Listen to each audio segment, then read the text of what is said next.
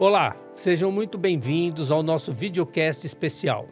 Vamos falar sobre um tema bastante relevante para a saúde da mulher, especialmente para aquelas acima dos 45 anos de idade, a colangite biliar primária, a CBP, uma doença rara, mas que merece toda a nossa atenção. Para desvendar esse tema e mostrar que a jornada da saúde de cada pessoa é singular e que os sinais do nosso corpo, por mais sutis ou confusos que pareçam, merecem ser ouvidos e validados, temos um time de especialistas e vozes inspiradoras. Apresento a médica hepatologista doutora Débora Terrabuio, a também hepatologista doutora Vivian Rothman e a coordenadora jurídica e advocacy da Casa Hunter, que trata a perspectiva essencial dos pacientes e famílias que convivem com a doença e condições raras de saúde, doutora Andréa Bessa. Obrigado pela presença de vocês. Para começar a entender a colangite biliar primária, eu pergunto para a doutora Débora o que é a colangite biliar primária, a CBP, e por que dizemos que ela é uma doença que afeta principalmente as mulheres. Então, a colangite biliar primária ela é uma doença autoimune em que o organismo, o sistema imune reage com os pequenos canais da bile que tem dentro do fígado e com isso pode até ter uma perda desses dutos biliares, inicialmente tem uma inflamação, depois se desenvolve uma fibrose, podendo desencadear até cirrose hepática e suas complicações. Então, a gente fala que é uma doença que acomete principalmente mulheres na meia-idade, principalmente aí acima de 45 anos, como já foi mencionado, e a fisiopatogenia da doença costuma ser uma interação entre fatores genéticos, exposição ambiental, e o papel do estrogênio é relevante na manifestação da doença, e por isso que a doença é mais predominante no sexo feminino, como acontece também em outras doenças autoimunes do fígado. Então, antigamente, tinha-se 9 mulheres para cada um homem acometendo essa doença. Hoje, essa relação diminuiu um pouquinho ao longo dos últimos 20 anos, mas a doença ainda é muito mais comum em mulheres. Doutora Vivian, como é que essa doença age no corpo e qual o impacto inicial que ela pode causar? Na verdade, a grande questão é que a colangite biliar primária, inicialmente, ela pode ser assintomática. Então, isso é um problema, né? O organismo, ele não dá um sinal de alarme. Então, muitas vezes, o que existe é um exame laboratorial alterado, que a gente chama as enzimas do fígado, o hepatograma alterado, particularmente a enzima fosfatase alcalina, que vai estar aumentada. E aí, sim, é importante que os médicos tenham a noção de que isso pode ser um sinal precoce da colangite biliar primária. E por que isso é importante? Quando a doença fica silenciosa, essa inflamação que a Débora mencionou, ela se perpetua e faz com que o próprio organismo comece a responder a esse processo inflamatório com cicatrização, áreas de cicatrização no fígado, que fazem com que o fígado fique mais rígido e evolua ao longo dos anos, de muitos anos, para cirrose, como ela também mencionou. No momento em que o paciente já tem cirrose, o tratamento também fica mais difícil, o paciente responde menos ao tratamento. Daí a importância de se ter em mente os sinais precoces, que são alterações laboratoriais e, além disso, alguns sintomas que podem aparecer, como fadiga e coceira intensa. E, doutora Débora, esses sintomas mais comuns, além desses citados pela doutora Vivian, existe algum outro? E como eles podem se confundir com outras condições, né, que, na verdade, acabam afetando as mulheres acima de 45 anos? Então, como a Vivian comentou, hoje mais ou menos metade das pacientes são diagnosticadas numa fase que elas não sentem nada, em que tem só a alteração laboratorial, como a Vivian comentou. Os 2 sintomas mais comuns da doença, sem dúvida, são essa fadiga, que é um cansaço extenuante, e a coceira, ou prurido, né? Que está presente em mais de 80% das pacientes. Então, a fadiga não é só um cansaço de quem trabalhou o dia inteiro e chegou cansado em casa. É um cansaço incapacitante, um cansaço que é desproporcional às atividades que a pessoa realizou durante o dia.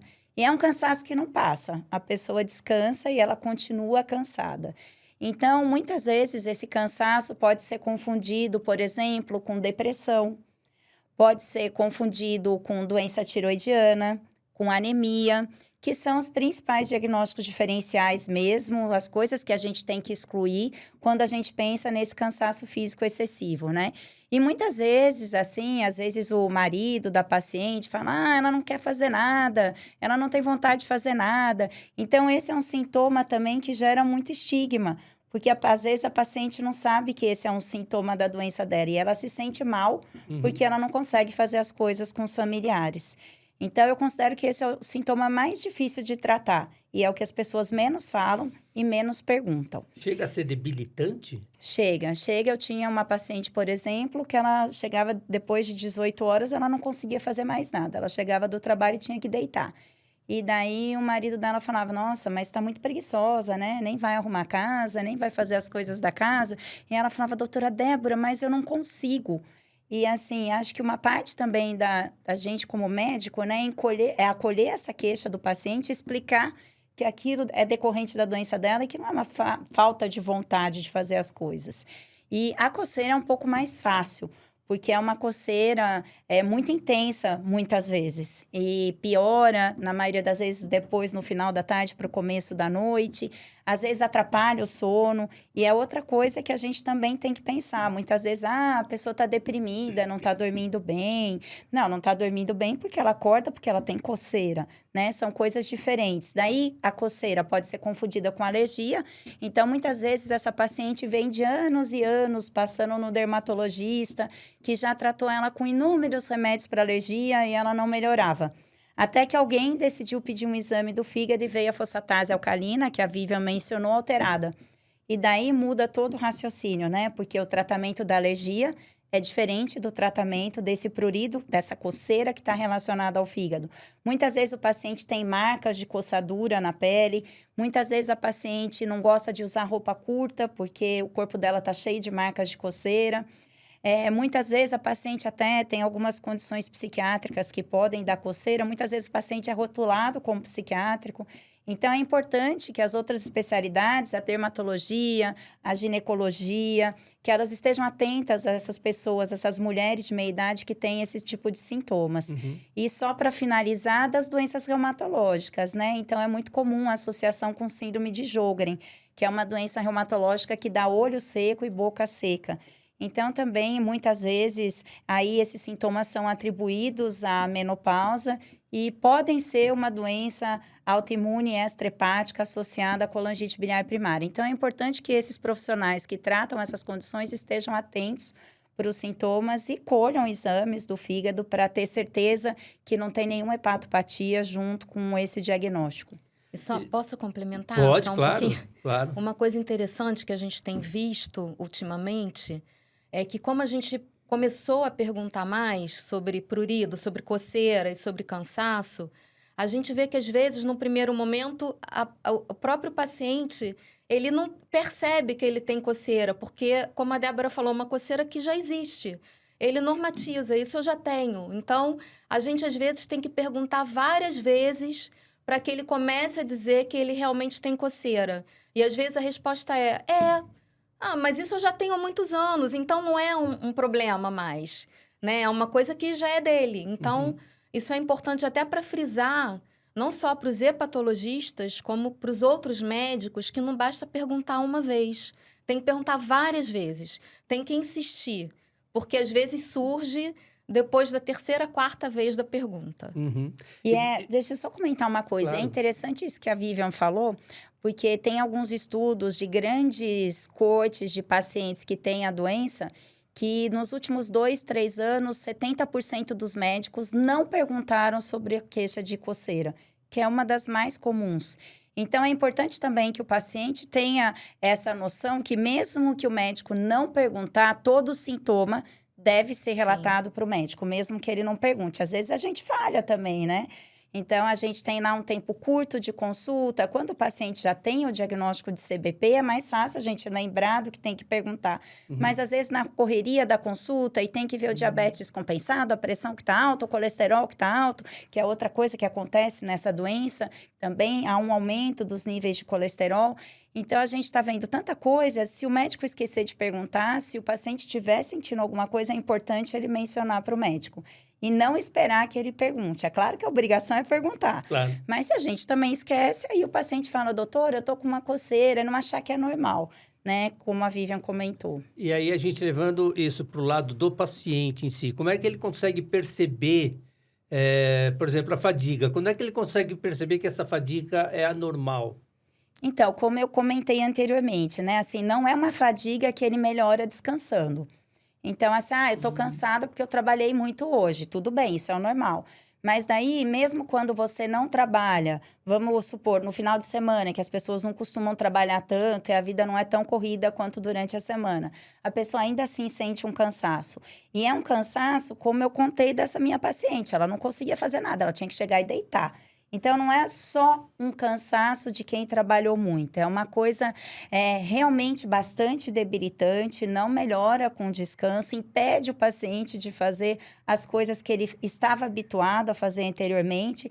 Coisas que eram fáceis, como levantar de manhã e fazer um café, às vezes se tornam impossíveis de serem feitas. E é uma coisa que não melhora, né? E que daí, normalmente, às vezes o paciente já passou com um médico, já passou com outro, já descartou anemia, já descartou depressão, já descartou doenças tiroidianas e o sintoma não melhora. E a fadiga, ela é assim, para mim é o sintoma mais difícil, né? Da gente entender que tem relação com a colangite biliar primária, até pela faixa etária que a colangite biliar primária comete. Então, às vezes, não só as próprias pacientes, mas os médicos também acham que é da menopausa, né? Então, é complicado, assim, a gente tem que prestar muita atenção no sintoma da fadiga. E, Andréia, então conta para nós aqui, como é que a Casa Hunter percebe a experiência dos pacientes em relação aos sintomas do CBP? Tá, é possível a gente afirmar que eles são sempre claros? Tá. A maioria dos pacientes, quando chegam até a Casa Hunter, geralmente eles já estão com um diagnóstico, né? Eles já chegam diagnosticados e é isso que leva eles a procurarem a Casa Hunter. Mas o que a gente percebe é que nessa busca, a falta da orientação ao paciente é muito grande. Ou o estigma que a doença traz também. Então, por exemplo, quando a gente fala de fadiga aqui, o maior estigma está dentro da própria família.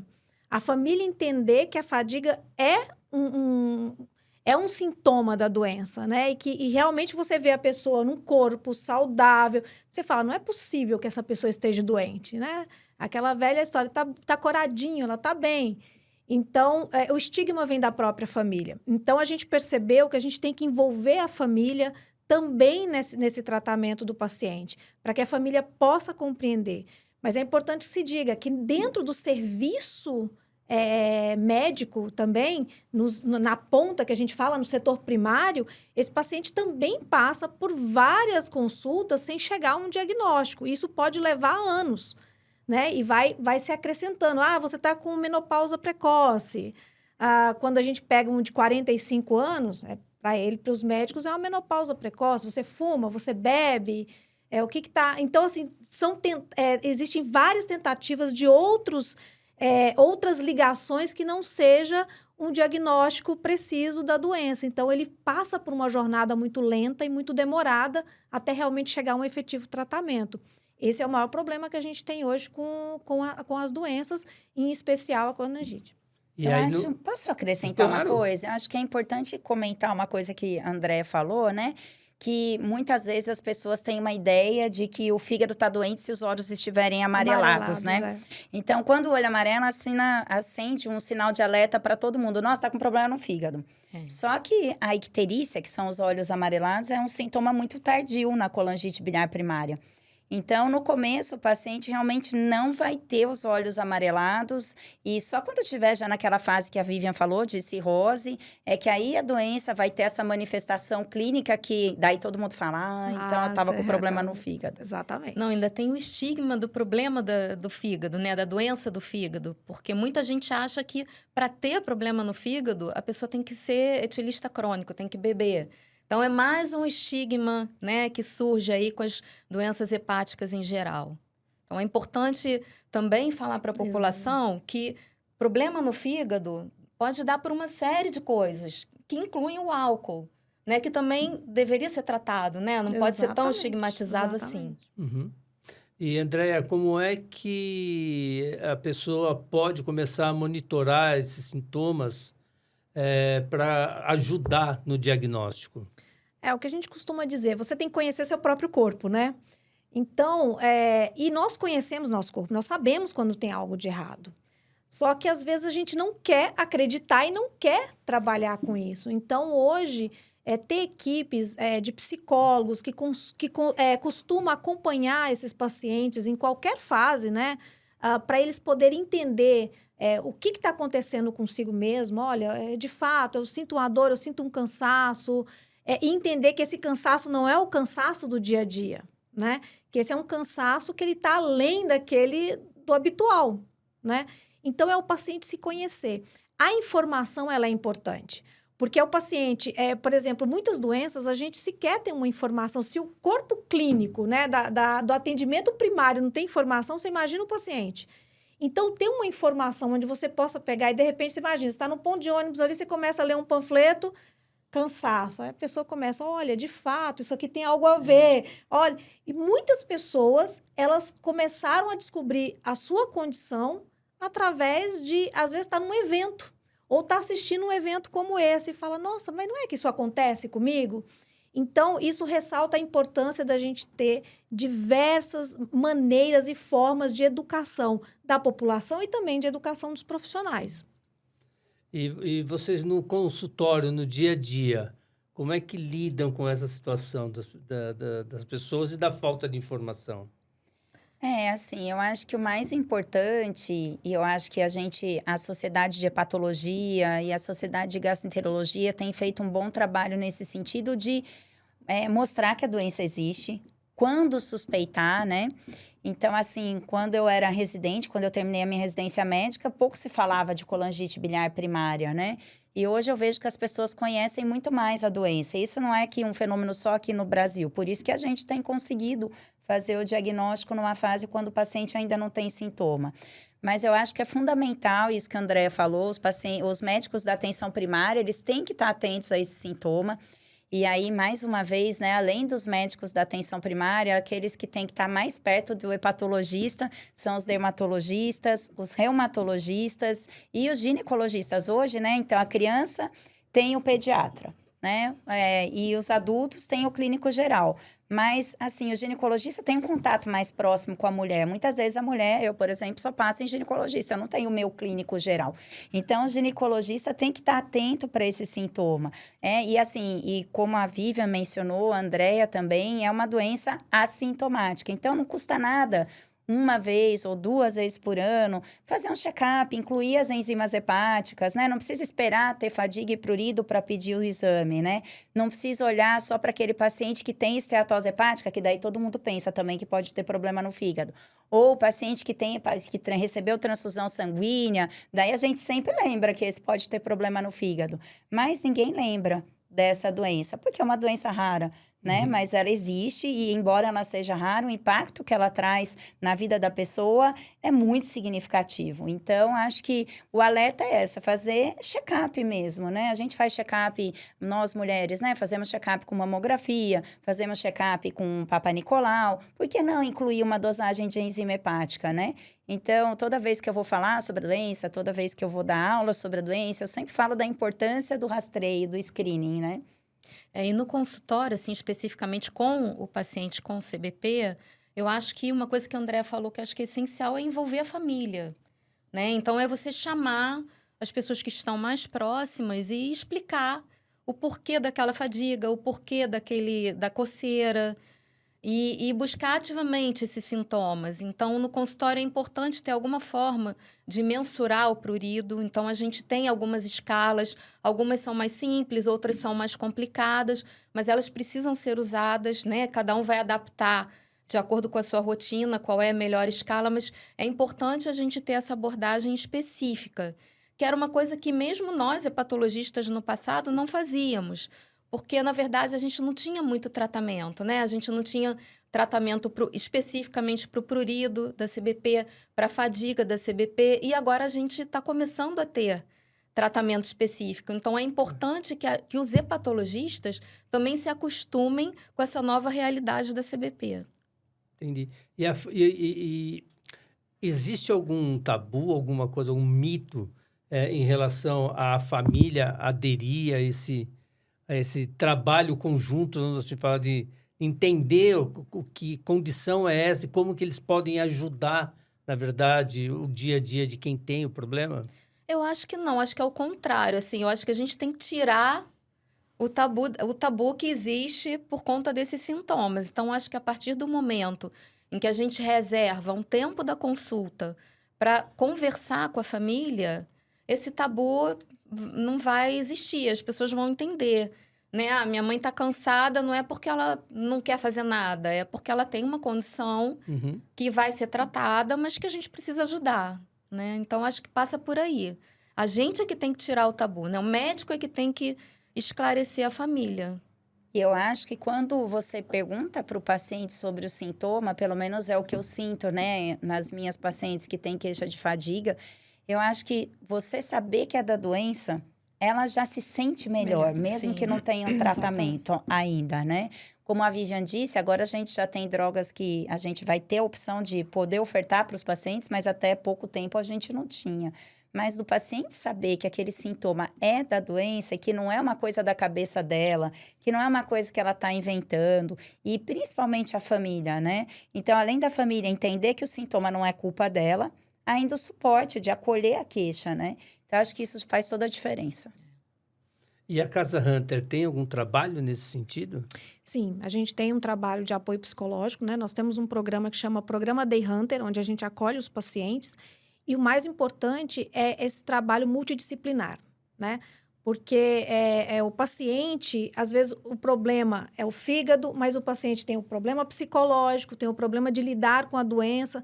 Então, a gente tem todo um trabalho multidisciplinar que esse paciente, ele passa por toda essa equipe e a gente elabora para ele o que a gente chama de manual de manejo da doença, né?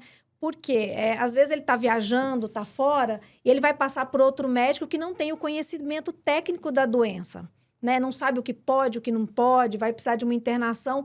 Então, esse manual de manejo do paciente é individualizado, é da condição dele. Ele vai ter com ele, passou por um médico, tá aqui, olha, essa é a minha equipe, o que a minha equipe traz sobre a minha doença, quais são as minhas condições, como que eu faço tratamento. Isso deixa o paciente com mais segurança na sua jornada. Que Principalmente não é porque a pequena. gente está falando de uma doença que tem tratamento, mas não tem cura, E né? é rara. Sim, e que é rara, rara, e não que é? nem todo médico conhece. Nem todo médico conhece, nem todo profissional conhece. E às vezes a pessoa está num voo, a gente já teve casos, inclusive no Brasil, né? A pessoa começa a se coçar, ela começa a sofrer discriminação, porque acha que é uma doença infecto-contagiosa e tira ela do voo. Doença de pele tem muito isso, né? Exatamente, Por isso que o prurido é um sintoma tão estigmatizado, né? Porque tem uma coisa do contágio, né? As pessoas acham que isso está se coçando. Que vai contaminar, que tem alguma coisa. É uma doença aí que vai... Agora, isso de ser uma doença que o tratamento é para a vida toda, isso é super importante também passar para o paciente, né? Porque às vezes os pacientes também falam, mas olha, normalizou meu exame. Eu posso parar o remédio? Eu posso diminuir o remédio? Não pode. Então, é importante falar isso desde o início também, eu acho. Sim. Né? Para paciente já entender que aquele tratamento é para a vida toda, é que nem pressão alta. Mas aí a gente se depara com outro problema, que aí a gente não tem que capacitar só o paciente nisso. A gente tem que capacitar o poder público também. Porque quando você fornece um medicamento para um paciente, você tem que entender que o atraso na entrega daquele medicamento, ou a descontinuidade daquele tratamento, gera um problema irreversível para o paciente. Porque ele retoma de novo toda a sua condição. Ou seja, aquele tratamento que ele fez até aquele momento é como se você perdesse parte dele, porque ele volta à condição anterior. E aí eu acho que tem uma coisa importante que talvez saia um pouco aqui, mas você falou e eu lembrei. Na verdade, tem que ter capacitação também de quem entrega o remédio. De entender que, assim, que a pessoa precisa daquele remédio. Não é, Exatamente. ela não está ali só porque, né, ela precisa do remédio. Então, acho que quem distribui o remédio também precisa entender que isso é importante. E eu acho que mais que quem distribui, né? Acho que é importante algumas das medicações que a gente tem disponível, a que é mais utilizada para início de tratamento, ela só ficou disponível para ser entregue pelo Sistema Único de Saúde em 2019. E a gente já tem evidências de que essa medicação funciona muito antes disso, né? Então, assim, é importante. Agora a gente tem novas opções terapêuticas, então é importante engajar médicos, pacientes, as ONGs de apoio, para a gente tentar mobilizar a saúde pública, para a gente ter realmente essas opções disponíveis de tratamento, de fácil acesso. Muitas vezes o acesso é dificultado. Muitas vezes o paciente vai e volta várias vezes, você preenche tudo direitinho, sempre tem um probleminha. Até que ele cansa e fala, ai, tá bom, doutor, eu não aguento mais, vou comprar. Eu falei, não, vamos tentar de novo, volta lá de novo. Então, assim, é isso, né? Eu acho que as pessoas não têm importância, né? A gente só percebe as coisas quando tem alguém que a gente conhece que tem aquele problema, né? E daí a gente fala, poxa, olha só como é. Então, acho que é importante mobilizar todo mundo para a gente ter um resultado melhor na sociedade também. E com certeza as ONGs têm um papel muito importante. Eu acho que nesse sentido, né, de fazer públicas, a política pública chegar muito mais do que nós médicos, né? Então, assim, a gente viu isso, né, com o HIV. Então, é importante mesmo. Sim, com certeza. Esse engajamento. Perfeito. Assim, chegamos ao fim do nosso primeiro episódio do videocast sobre colangite biliar primária. Vimos por que ela afeta mais mulheres e como os seus sintomas muitas vezes são sutis e confundidos, o quanto eles representam, o quanto esse diagnóstico perfeito pode representar para o paciente. Mas, se você recebeu um diagnóstico de CBP, e agora? O que fazer, né? Então, no próximo episódio da série, nós vamos aprofundar um pouco mais essa questão da doença se ela não for tratada. Então, quais são as opções de tratamento que a gente tem disponíveis, incluindo as inovações que podem mudar, né, esse cenário e, principalmente, como o empoderamento do paciente, o diálogo com o médico e o apoio das associações pode transformar essa jornada. Então, não percam. Acompanhe o episódio 2 para continuar desvendando a CBP e descobrir como assumir o controle da jornada da sua saúde. Até a próxima.